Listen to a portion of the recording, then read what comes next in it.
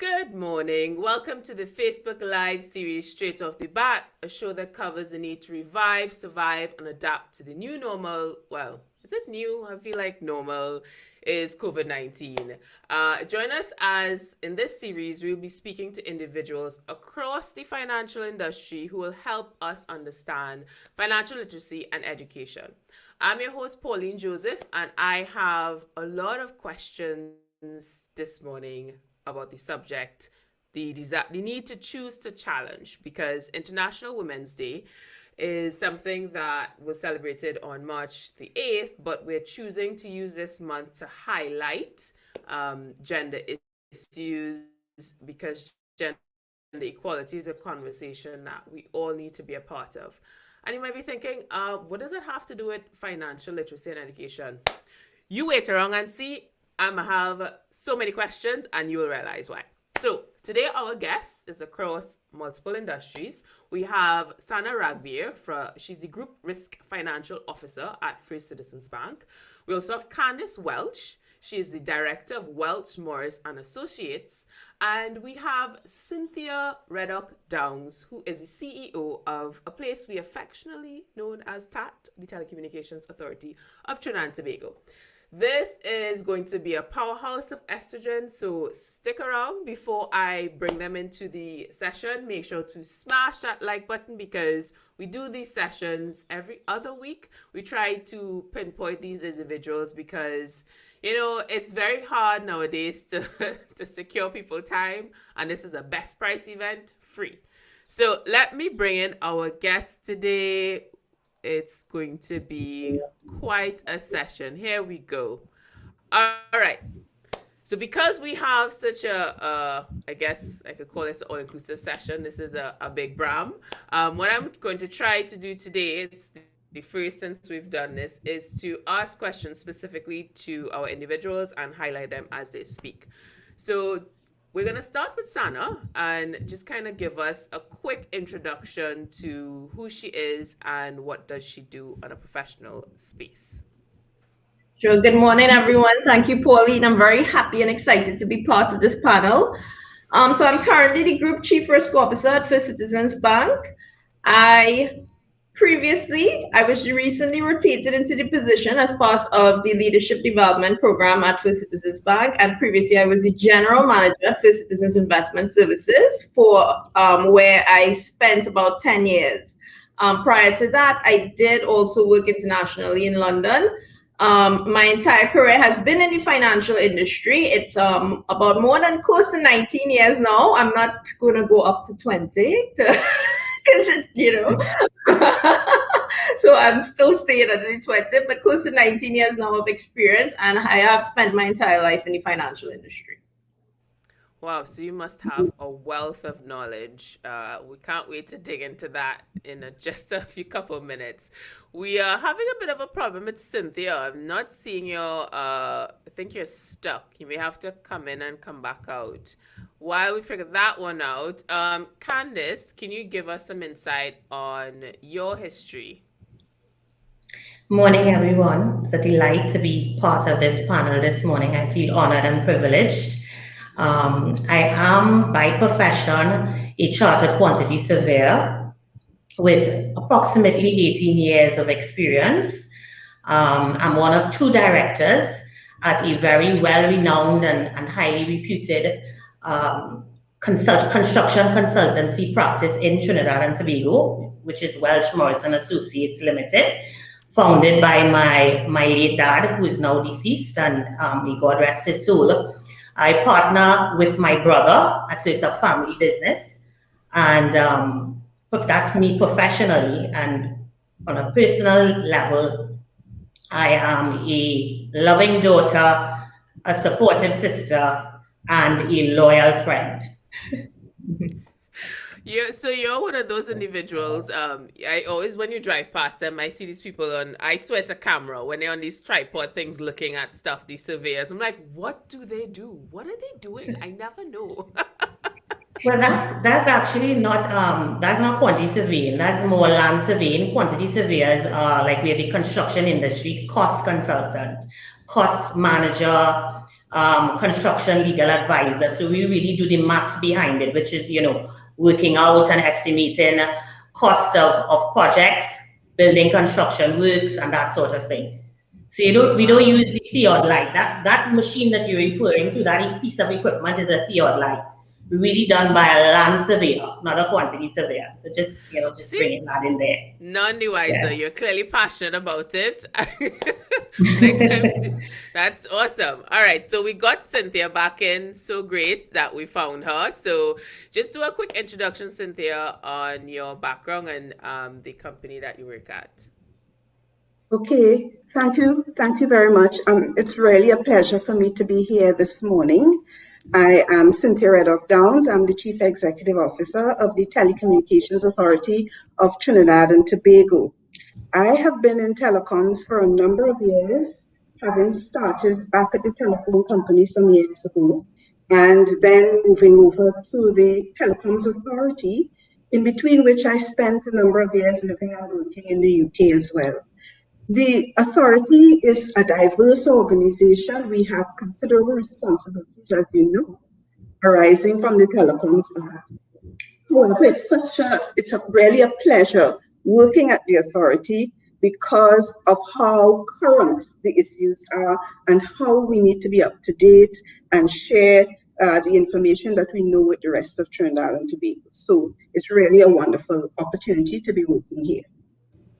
Great. Thank you so much for that, Cynthia. And because we have such a short time, I know an hour seems like a lot for folks out there, but it actually isn't when we get down to the nitty-gritty, because I feel like the powerhouse that is this session today has strong opinions, and I can't wait to hear them.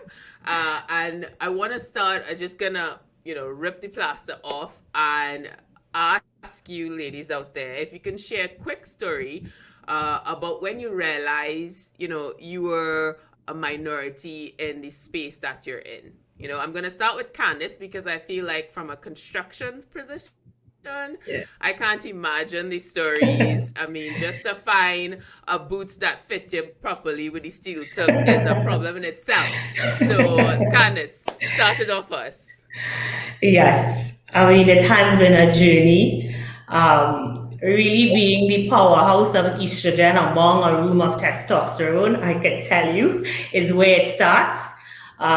Essentially, when I go to meetings, site meetings or progress meetings, more often than not, I'm the only single female at a table of men. So you're looking at architects, engineers, structural engineers, services engineer, the project manager, the contractors, the managing director, his team, so his site supervisor, his project manager, his quantity surveyor.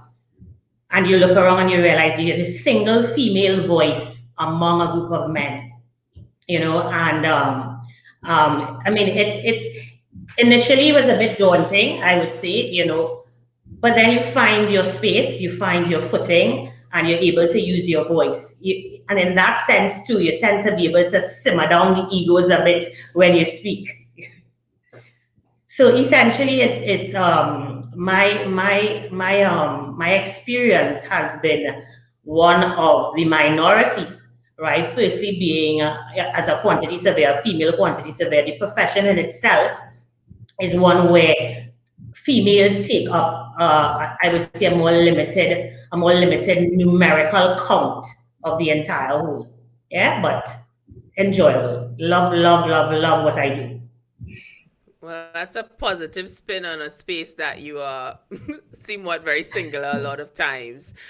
So let's put it in the context for Sana in the financial industry. Is there a particular moment in time where you sat down and you looked around and you were like, wait a minute, what's happening here?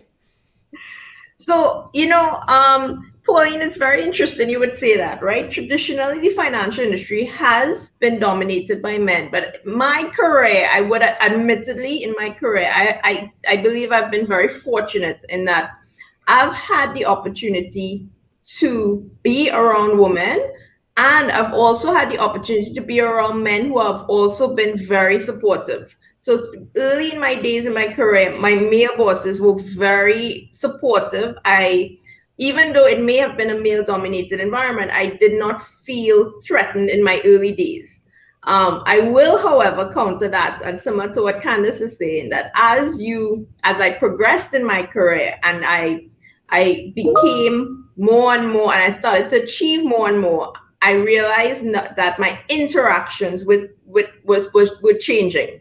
So I felt that, especially, it wasn't just gender; it was also age that was also coming into play. Because being a young woman coming up in my career, and then I had these not just men but older men who had more experience. I tend to find a lot of conflict or meet a lot of conflict. So I always have to find strategies and ways to counter that as I'm going through my career. But I've been fortunate, and knock on wood, I really can't complain. Despite being a male-dominated financial industry, I have had the opportunity to work with great women and great men who have supported me. Well, that's promising to learn. And for those out there who may feel frustrated in your jobs, let's try and suck up that positive energy from Sana, because it seems like there's hope out there. But we're going to talk about that conflict later on. I want to ask Cynthia on her front, if there was a similar situation where it kind of was like, what? Okay, I would say similar to Sana.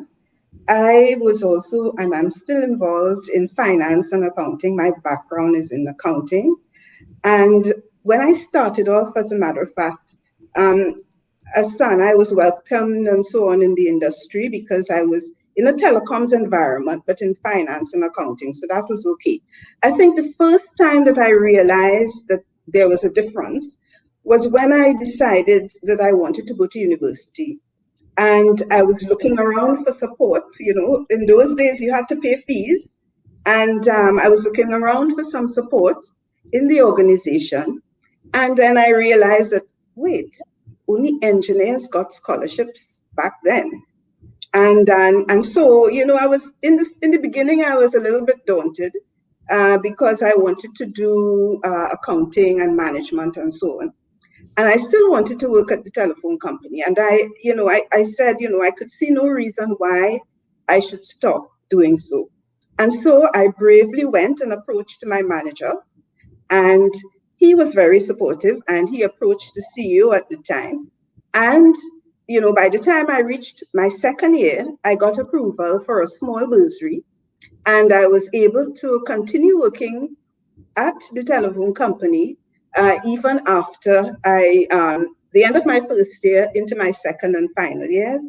And after I finished graduating, I was accepted back there as well. I think I was actually the first person who was a non-engineer who actually got that type of support from a telecoms-based organization at that time. So even though it started off, where I felt that I was in the minority and there were issues because I was a woman. What happened is that, when people recognized, that the contribution being made by somebody in the accounting area in such an environment was important, I got the support that I needed. And since then, I must admit, I have been luckier, perhaps to some extent, but mainly by dint of very hard work. I've been able to move up in the telecoms environment and be fairly, at least quite successful as far as I'm concerned. And that has again been because of the support of other women and men in the environment in which I've worked. What you need more than anything else is a few persons to support you and encourage you. And they can be from either gender. That is so true. I wouldn't be here today if it wasn't for my hockey team, just a group of women who supported me. What I found very interesting in everyone's responses, there's definitely a high level of positivity. And I'm sure that's one of the reasons why you are where you are today. And I will definitely take note on that in days that I feel like, what is happening? Right? Yes. So when it comes to the actual, like, let's break it down from a money perspective, right? Because at the end of the day, it doesn't matter how positive you are, you can't take that to your landlord, right? And there are reports in there of, usually obviously from American perspective, that looks at the wage gap when it comes to women. You know, one that was, I think, in September last year, that women earn 77 cents based on every man's dollar, right? So when it comes to what you're worth, what main piece of advice would you give to women out there? I mean, even men sometimes, obviously, but this is a woman conversation. But from how we were brought up, you know, this idea of being behind the kitchen, raising children, the idea of getting a job just seems like it is something that we are not worthy of. And I say we because that was also my personal journey, because I didn't have, you know, academics and so forth. So any job I got, I just was like, yeah, I don't care about the salary. But the more experience and knowledge I got, I was like, wait a minute. What? I am working 10 times as hard and this is not making sense to me. So maybe I'm asking for my old self, you know, my younger self, and those out there, you know, what piece of advice would you give to them when it comes to knowing your worth? So I will start with Sana, since she is in the money world. Yeah, and I mean, Pauline, it's a very real issue. It has not gone away, that inequality gap. My advice is, and I'm giving you advice from what worked for me, is from my personal perspective. I always, when I started my career, I knew my purpose. I knew what I was going after. And therefore, I continue to always invest in myself, develop my competency, my skills, learn from others. And I did not focus on the money. I always believed that the reward would come. In other words, for each person, you need to know what is worth. What are you in this for? Is it that you're in it for the money? Are you in it for the challenges? Are you in it for your career? Are you in it for status, for power? Everyone is different. But you need to answer that question honestly for yourself. And in my case, I was always in it for the challenge, to learn, to continue to progress my career. And because I was focused on that, I did not get, if it is, I got word that someone, especially a man, was making more money than me and he was doing less. Yes, it bothers you. I'm not going to deny that. We're human. But for me, I always focused on always continuing to prove myself, my skills, continue to build my reputation, my brand, and my credibility. And that has always worked for me because it continued to progress me towards my career, where I've always been given the opportunities, the promotions, the advancements, and therefore it worked for me in that case. So it's really about knowing yourself. What are you in this for? And knowing when you have to continue to give to reach your goal. But to your point, Pauline, at the same time, don't be taken advantage of, you know? So you have to know when, look, the situation is such that you feel you're being taken advantage of, and therefore you need to then make a stand at that point. Yeah, that's great advice. So Candice, what about you? I would say that you really need to know what you're in it for. You know, so to echo some of the same sentiments that Sana would have raised, is it that you're passionate about what you do? And yes, your remuneration is important.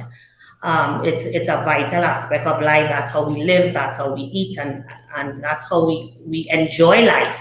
But I would say one of the most important things to maintain is one's education. That's a bit of advice I'll give. Ensure that you keep progressing yourself from an education standpoint, because your education is your passport. It will give us women, you know, a greater degree of confidence to have our voice heard, to have our foundation, that foundation of technical skill and backing, while at the same time you know, you want to also have very strong people in your circle, people who could support you, persons who could, cut you when they need to. And I say cut, I say that figuratively in terms of if you're moving off track to get you back on track. Because at the end of the day, once you have the passion, your superiors, your managers will be able to see your worth. And at the end of the day, too, there's a self-fulfillment that comes with it that sometimes goes way beyond the dollar value at the end of the day. So the ideal thing is a balance, a mesh between the two. Yeah. So that will be my advice. Really seek your education. The more you learn is the more you earn as well. And there is a place for that in the working environment. So I want to flip this conversation a bit, the question to Cynthia, in the sense that being in a position as a CEO, you are in that position to make a difference. But I will never forget there was an episode of Grey's Anatomy, I know, weird, but I just feel like it was such an impactful episode where, the person in power and superior is a female, and the Grey, which is the main character, she did not ask for what she was worth. And her boss did not tell her that her previous person who was in the same position was getting more than her, right? And she's, which was a man. So my question, which might be uncomfortable, but I feel like it's a conversation that needs transparency, is as somebody in that position, do you wait for the individual to demand what they're worth? What do you think your responsibility is being a woman in the position that you're in right now? Okay, interesting question. I would say personally, you need to do your work. You need to know what the person before you earned. I mean, I think that's important. It's important because you don't want to sell yourself short. And at the same time, you want to be able to preserve the position of the CEO at the level at which it's intended. Yes. And also, you wouldn't want the other women in the organization to feel that for some reason you are not as significant or as important as your predecessors, and that you're willing to settle for anything. So I think it's important for you to do your reconnaissance and to, in a good way, and to find out what happened before. And in doing so, you'd then be in a position to determine your future, really. You'd be in a position to determine what you think you should get and what you think is appropriate for you as a CEO. And I think that's important because it establishes that you recognize, together with your board or your executive, they would recognize that you feel that you are as important as anybody else, and that gender should not influence how you are remunerated. And I think the same thing applies to other females within the organization. I think a transparent approach to remuneration is important. It's not that you provide all the information, but you make sure that that pay and remuneration generally within the organization is not determined by gender, by identifying how pay is to be allocated and allocating it to a position rather than a person. I know in private enterprise it's a little bit more tricky, but certainly for us in my sector, it's a little easier to do that. But I think transparency is important, and setting a remuneration for a job is important. So in that way, you remove the possibility of discrimination or discriminatory practices depending upon your gender. I love that.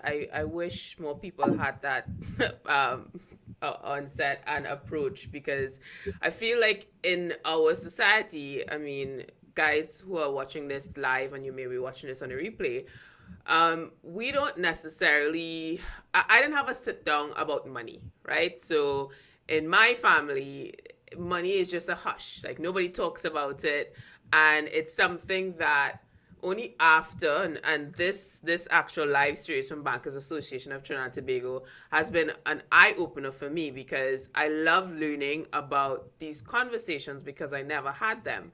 And I say all that to say, asking a question around having that conversation about money. I don't know who on the call right now are mothers, but as an individual, I mean, you have mothers or have mothers at some point in time. How important it is to have that conversation from a young age, right? I'm gonna start off with Sana with this question. Catherine, I saw your question. I definitely agree with it, and I'm going to ask those questions at the end of the session. So, Sana, you Sure. understand? Yeah, go ahead. Yeah, so I am, just to answer your question point, I do have a daughter. She will be 10 this year.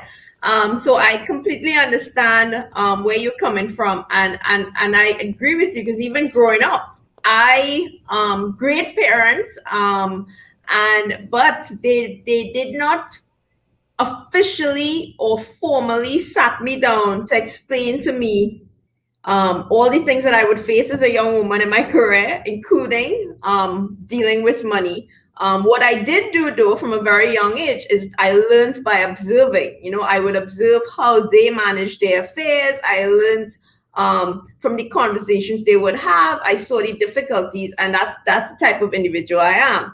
However, I do agree that even with my daughter, it is something that it is very important that we do encourage our young people today to start to think of money, start to learn how to save, more importantly, how to manage the spending, the income, etc. Teach them the tools that they need to use in order to become more effective at it. And it is something that I know that we're continuously doing, and it is something to continue to do, but it is very important and especially for young girls coming up, to really always focus on that theme and make sure they understand, because it's very important that they learn how to also be independent, and how to manage, not how to manage on their own, and most importantly, putting aside those funds for those rainy days.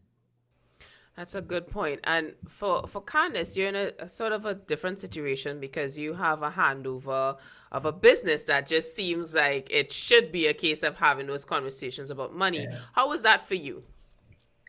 Oh, definitely. My dad sat us down, both my brother and myself, from very, very young, teaching us about money, the importance of it, the importance of being a good steward, essentially having bank accounts at a very young age, even before we could draw from them, and really the stability and the security that comes with it.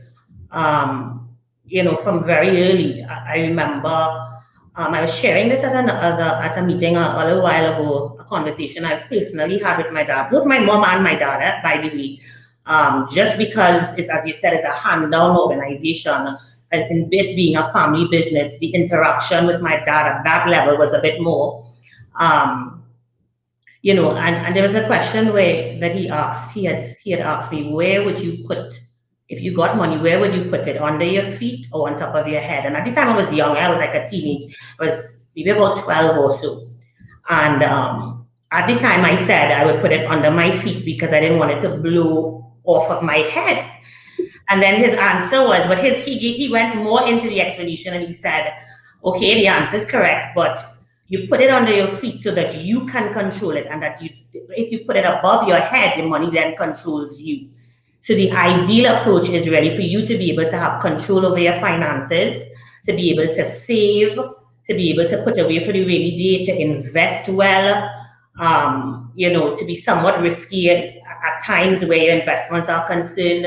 And have a right balance, no risk, no reward, so to speak, where money is concerned, and really to grow up and to have financial stability and security, not only in the business environment, but in your family environment, to be able to provide well for them, to educate your kids as they go. I mean, I don't have any kids yet, but my parents were able to send both my brother and I to university, and and really my entire family structure has always been supportive from that standpoint, and really teaching us the value of money, the importance of it, not letting it control you, but being able to really, at the end of the day, be good stewards of your finances. That's such great advice. That's an analogy that is worth thinking about. What about you, Cynthia? Okay, I would say that I don't know. I was at 10 years old. I was quite different in that I had, I stopped being interested in dolls and things like that, and for some reason, I was interested in cash registers and money and buying and selling and things like that. I don't know how that happened, but my family would tell you that all I wanted at that age was to have, a cash register and, and that sort of thing. And so I guess from an early age, money and, being able to count it was important. And I continued on from there really. So I don't know if it was something in me or whether, it was some sort of support from my parents, but certainly I felt that money was important from a very early stage, and you needed to be sure that you knew how much you have and how much you didn't have, and that you needed to make sure that if you needed more than you had, then you had to work hard for it. And so for me, that came very, very easy. And I mean, I think I have tried, I have two children, a daughter and a son, and I've tried over the years to make sure they also had a good appreciation for money and the importance of working for it and the importance of making sure that you had enough. And in doing so, it meant that you had to study, it meant that you had to get an education, and that, when you start to work, you had to do a job where it would eventually make sure that you had, what was required. That's certainly, I mean, I was quite different, I guess, in that way, because it seemed to be innate in me, back then at age 10. Wow, yeah, that's definitely the cash register. I can't imagine you're probably going to ching. I was actually, and I think people were, just shocked at the fact that at 10, I had such a different perspective on life. I think people think that for women, there's an innate motherhood caring kind of situation.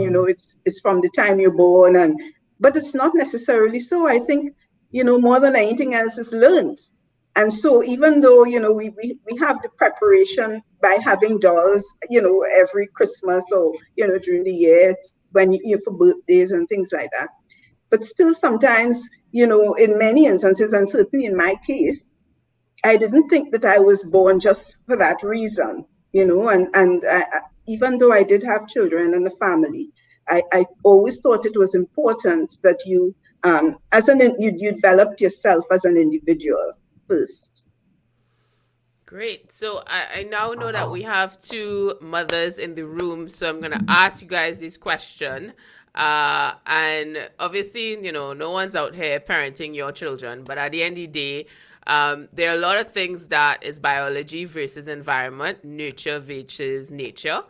And when it comes to how women have been looked at during the hands of time, no matter where you are in the world, women are looked at in a position where, when you have toys, you have a stove, you have, you're set up to have a dollhouse, because we're mentally prepping girls to be caretakers, right? And obviously we're more in a state of equality in terms of we are now able to do a lot of things that we weren't able to do before.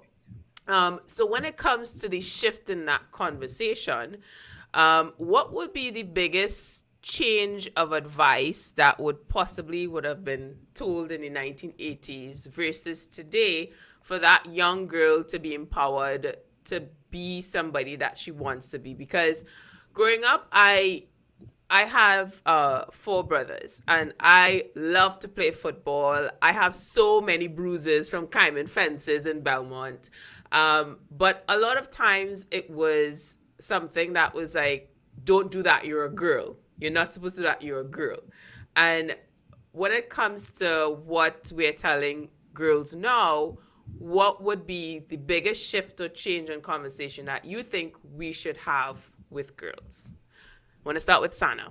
Yep. So thanks, Paul. I think that's an excellent question. And as you were asking the question, I started thinking of my childhood, being a child of the 80s, and my daughter at this point in time. And I'll tell you, I remember there's a story that when I was growing up, I remember I had this picture that was in a ladder that my parents had bought for me. And it started off with birth, childhood, engagement, marriage, right? And again, a child of the 80s, it was, you're right, you were growing up. These are the steps that a woman is expected to take in her life. And the difference between the 80s and now is clearly that that is not the case. I mean, I can tell you from my personal experience with my daughter, I have told her many times, she told me, when she gets older and she gets married, and I always keep telling her, I say, you don't have to get married when you get older, it's marriage is not a must. And, I keep it, it's really all up to you. And to me, the change in the language, the conversations with the young girls today versus the 80s is that you are empowered. We live in and our children live in such a different world from that we grew up in, where there's so many more opportunities. The expectations, believe it or not, it is, I know some persons out there may disagree with me, but it is different. We don't expect women to necessarily follow a strict path as we did when we were growing up. And it's all up. They can go into any field they want. They can go into engineering. They could go into, Candice with construction. It is not limited to female oriented or female dominated professions as when we were growing up. And I think it's because the world has changed so much, and they have access. They have so much access to the world via their digital means. They have a lot more information than we had growing up, that they know what's out there. And it's always important in terms of the language, the advice, to always keep coaching them. You don't have to follow any preset path. The world is yours. Just keep following what it is you want to do and stay true to that. And that's what I always tell everyone. Stay true to what you are passionate about and go after it. Gosh, I can imagine my mother going to say, no, I want a grandchild. She's trying to get me married off the longest while. I'm trying to build a business here. So what about you, Cynthia? What's your word of advice? Okay, well, first of all, I would say that, in Trinidad and Tobago, I think we were different from maybe international, from places like the UK and so on. I think most women in Trinidad and Tobago did some form of work outside of the home. So it may not have been full-time work, or, corporate work, but because of our history, I think a large number of women have worked. And I think what has happened is that over the years, we looked at our parents and what happened with our parents. And I think what is happening now to us is that our children are looking at us, and we have set an example for them that means that if even they still had a view that perhaps, women should not be so involved in the corporate world or in jobs, maybe in education and things like that, in finance, when they look at us and they look at other women, they see women who are working. I remember when I first went to the UK, my children were, I had children at that time. And, you were expected to not work. You were expected to stay home, even in the UK, you were expected to stay home and, look after your children. And so the fact that I continued to work was a bit of a misnomer at that time. And whereas in Trinidad, it was a different situation. Many, many, many more women worked. And so the example for my daughter and my son, of course, is that, you know, you are expected to contribute and contribute in your own way. And what's happening around you, as Sana said, is also very important, because, you know, with the technology changing, the types of jobs changing, you know, where you could stay at home and be doing, you know, very critical work. It means that, you know, people have a totally different perspective on our children, and my advice to my children would be, you know, the world's your oyster now. You know, you're not, the jobs that you have now and the opportunities that you have available now are quite different from in your parents' time. And, you know, you can make it in whichever way you feel and whichever field you want to go into, because there's so many more possibilities now than before. That's great advice. I want to ask Candice, because it seems like there was a very strong, so you kind of had people to look up to, and there was a strong structure in your family, especially with the business. So I want to find out if there was a point in time, even within that structure, did you realize that the external world did not see you like your family did? Because you're in a position of authority that's very male dominated. And obviously coming with that support, you have some expectations. But was there a point in time where your bubble was popped? I think I have been very fortunate, to be quite honest. I think I've been very fortunate from the standpoint of, as we would have initially discussed, I think one of your very first conversations, where I said, you know, I have been the powerhouse of estrogen in the room of testosterone, majority of the times. And what really transpires is, as I said before, you see the education standpoint. Having the technical knowledge and ability gives me the confidence to be able to speak up, to speak boldly. And it's so much so now that I have gained the respect of my colleagues. So they want to hear what Candice has to say. And, you know, before I would allow the gents to speak and to share their perspective on whatever we may be discussing and having our dialogue on, and then I would say, you know, allow me to give my perspective, to the point where now it's, Candice, what do you have to say? I don't even have to vouch that information up front. I genuinely think it's the approach as well. So even though I have been in a male-dominated environment, because I believe the confidence that comes with the backing of the technical ability, the strength to speak and be sure of what you're saying, that confidence has brought a level of not only acceptability, but also, as I said before, you know, a simmering of egos. They want to hear it. The entire discourse and spirit of the discourse has changed in my specific environment. I have never been in a scenario where I have felt like my opinion didn't matter, even though I was a single female voice among 10 or 12 men, even older men at most times, around the table. So, you know, that's my contribution really there, Pauline. So we have a question from Catherine De Silva, which referenced what you had said earlier about education. So she says, women tend to invest significantly in learning. Has it realistically impacted our mobility within the workspace versus our male counterparts who may at times hold less credentials? And how can we change this? Who wants to take a go at this one? I'll take a stab at it, and then I mean, of course, my fellow panelists could jump in.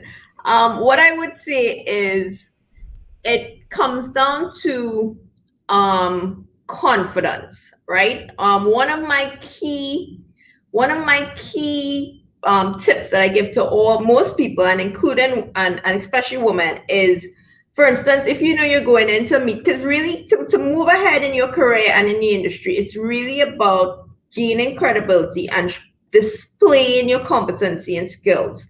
And it's doing that through your work, your individual work, but as well, your interactions in the workspace. And it's all about being confident in yourself and building that. And I always give this tip to everyone that preparation is key. So if you know you are meeting, whether it is with your boss, you're going into a meeting, always prepare beforehand. There's no such thing as being over prepared for any meeting or any engagement. There's no such thing. Once you are prepared, you go in armed with a certain amount of confidence that helps anyone to see those skills. And as you build that over time, you develop that brand and that reputation for yourselves. And in my experience, I have seen where I have been able to move ahead because of that. It's not only, they don't only focus on the credentials, it's also about your skills, what you bring to the table, your softer skills, your leadership skills, your communication, all of that. It's not only about the credentials. So it's important to develop those skills, and you do that with confidence, with preparation, practice. So it's not all about the credentials. I think that for some women, there has been the need to overcompensate. And I think that's why, you find that many women have, a whole string of qualifications, that they've armed themselves with to make sure that they can compete. And I think in the case of men, they have always had the expectation that they would get there anyway. And so there would not be a need for them to acquire all these additional qualifications. They would be qualified, but, the extent to which women go, and I know that is in Trinidad and Tobago in particular, the extent to which women go in terms of getting qualifications and so on is quite considerable, at least from what I've seen. And so I think what would make that change would be where many more women are employed in the work environment, in the corporate environment. And as more women are employed, and as the numbers become more equitable in the organization, you'd find that there is an expectation that you get there anyway. And the need for you to acquire all these, additional qualifications and so on would not be that important. And in fact, I think, as the years go by, you'd probably find that it's less important. And what is more important is actually gaining knowledge in the organization, expanding what you know, developmental type experiences that are practical and that would serve you well in being able to work within the environment in which you're required to work. So it's not so much all the qualifications in the longer term, but it's about how you operate in the organization and the depth of your knowledge and your experience. And as I said, I think that would come when the corporate environment is more equitable, meaning that there are more women in the workplace and at that level as well.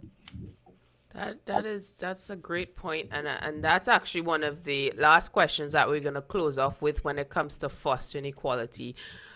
Dixie, and I know that you have a question around Candice and getting your voice heard, but I think she would have answered that earlier on with the qualifications and being able to say what she needs to be said and have the voices around her being heard.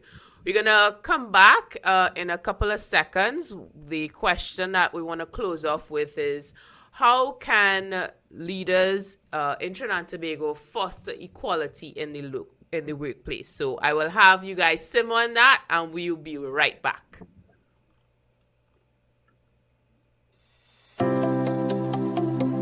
International Women's Day. I invite you to recognize and say thanks for the blessings of the women in your lives. Mothers, grandmothers, daughters, teachers, wives, friends, especially those who lend strength by being caring and present.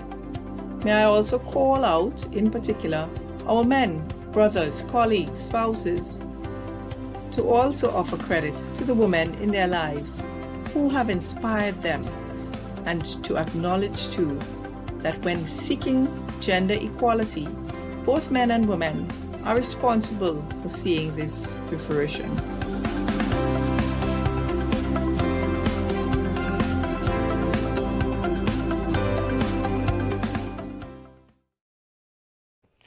Okay, ladies, this has been a really great discussion. We want to close off with one tip that you're going to share out there. What suggestion would you share with organizations who want to foster equality in the workplace? So I want to start with Candice. Right. I would say utilize the organization culture. The culture of an organization really forms the basis of behavior in that organization. It will bring across changes in the workplace attitudes. So utilize a culture in the organization that really fosters one of fairness and inclusion. So, provide employees with frequent, consistent, constructive feedback, and make it a dialogue. So don't just have it one way. So, you have them as well discourse with you and give you feedback as managers. So it's not just managers to employees, but also employees back to managers, because at the end of the day, we're all looking to improve the organization as a whole, right? And in so doing, the organizational culture, once you create that, once you utilize it, you'll be able to see a greater sense of fostering of equality in the workplace. So that'll be my contribution. Thanks for that, Candice. What about you, Sana? So I would say one tip for leaders and organizations, definitely ensure that there's a transparent process when it comes to performance standards across the organization, and how you promote, how you ensure accountability, etc. And have, as part of that transparent process, there is a follow-up mentorship or sponsorship program, because in order for persons to move ahead in the organization, it's very important that you create that formal mentorship and sponsorship, and it's transparent in how the mentees are selected. So whether it be men or women, at least there is a transparent process that everyone goes through, and everyone knows, well, why is that person being selected on this path? It is very transparent, because everyone is held to the same accountability and standards. So that would be my tip, and what I've seen worked in many organizations. I feel like transparency is a bad word in our culture. It's just so interesting. Like when I first, because I grew up in Barbados, when I first came back and I was trying to understand what is base salary, I just had different responses. So I think that's such an excellent tip for all of us to learn. So let's close off with Cynthia and her tip on change for fostering equality in the workplace in Trinidad and Tobago. I think to a great extent, your recruitment policies, your recruitment processes, as well as your processes that you have for promotion. Recruitment and promotion processes are important, because that's how you bring people into the organization, and that's also how people move up. And those processes and procedures must reflect gender neutrality. Or in instances where you have women an organization where women are unrepresented or underrepresented, you need to make sure that those policies that you have encourage women to apply for the jobs, and make sure that women apply, get jobs, and also are in a position to be promoted. And I would also say as well, the training environment that you have in your organization should identify persons for the types of training that your organization requires to move it forward. And that training should be aimed at those persons who require the training, not depending at all upon gender, but making sure that in the end, the organization has the most qualified staff.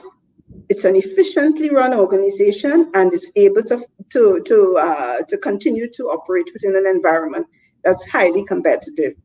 So I think, those are the areas that are important to make sure that you have a staff that's reflective of the Trinidad and Tobago society, equality for all. Thank you so much, ladies. This was such an empowering conversation. If you're watching this live, thank you so much. We've seen all your comments. Thank you so much for your words of positivity. Again, I can't thank these ladies enough for giving us their time and sharing their wisdom. If you want to further this discussion with Cynthia, Candice, or Sana, you can look for them on LinkedIn. I don't suggest you go on their Facebook pages. Look for them on LinkedIn and keep it professional, guys. Keep it professional. Thank you so much again, ladies, for your words of wisdom. And for everybody out there, make sure to mask up and sanitize. It is important for us to get on the other side of whatever this is. Thanks again for joining us for this Straight Off the Bat session. And for those who celebrated, happy Spiritual Baptist or Shelters Liberation Day, which is next week, Tuesday. I know, what is a bank holiday? Let's just take this time to learn our culture and who we are, and I'll see you on the next episode of Straight Off the Bat.